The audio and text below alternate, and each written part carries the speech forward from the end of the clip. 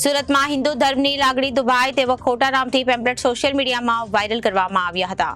કોમી એકતા જોખમાય તેવું કૃત્ય કરનાર ઇસમને ગણતરીના કલાકમાં લિંબાયત પોલીસે પકડી પાડ્યો છે અને કાયદેસરની કાર્યવાહી હાથ ધરી છે. સુરતમાં હિન્દુ ધર્મની લાગણી દુભાય તેવા ખોટા નામથી પેમ્પલેટ સોશિયલ મીડિયામાં વાયરલ કરવામાં આવ્યા છે. કોમી એકતા જોખમાય તેવું કૃત્ય કરનાર ઇસમને ગણતરીના કલાકમાં પકડી પાડી લિંબાયત પોલીસ દ્વારા પકડી પાડવામાં આવી કાયદેસરની કાર્યવાહી હાથ ધરવામાં આવી છે. પોતાના જમાઈને બદનામ કરવા માટે સસરાએ આ કાવતરું રચ્યું હતું. ધર્મના નામે લોકોને ગેરમાર્ગ દોરવા માટે ક્લાસીસના પોસ્ટ વાયરલ કર્યા હતા.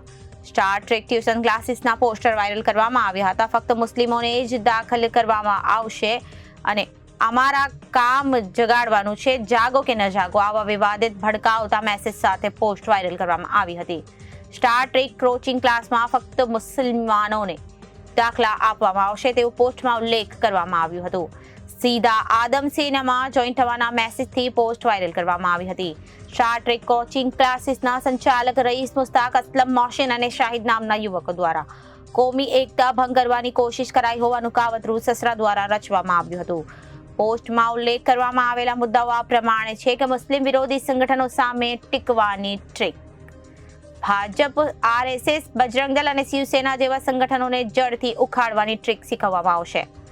પોતાની પુત્રીઓને બજરંગ દળ અને અન્ય સંગઠનોના છોકરાઓથી બચવાની ટ્રીક શીખવવામાં આવશે.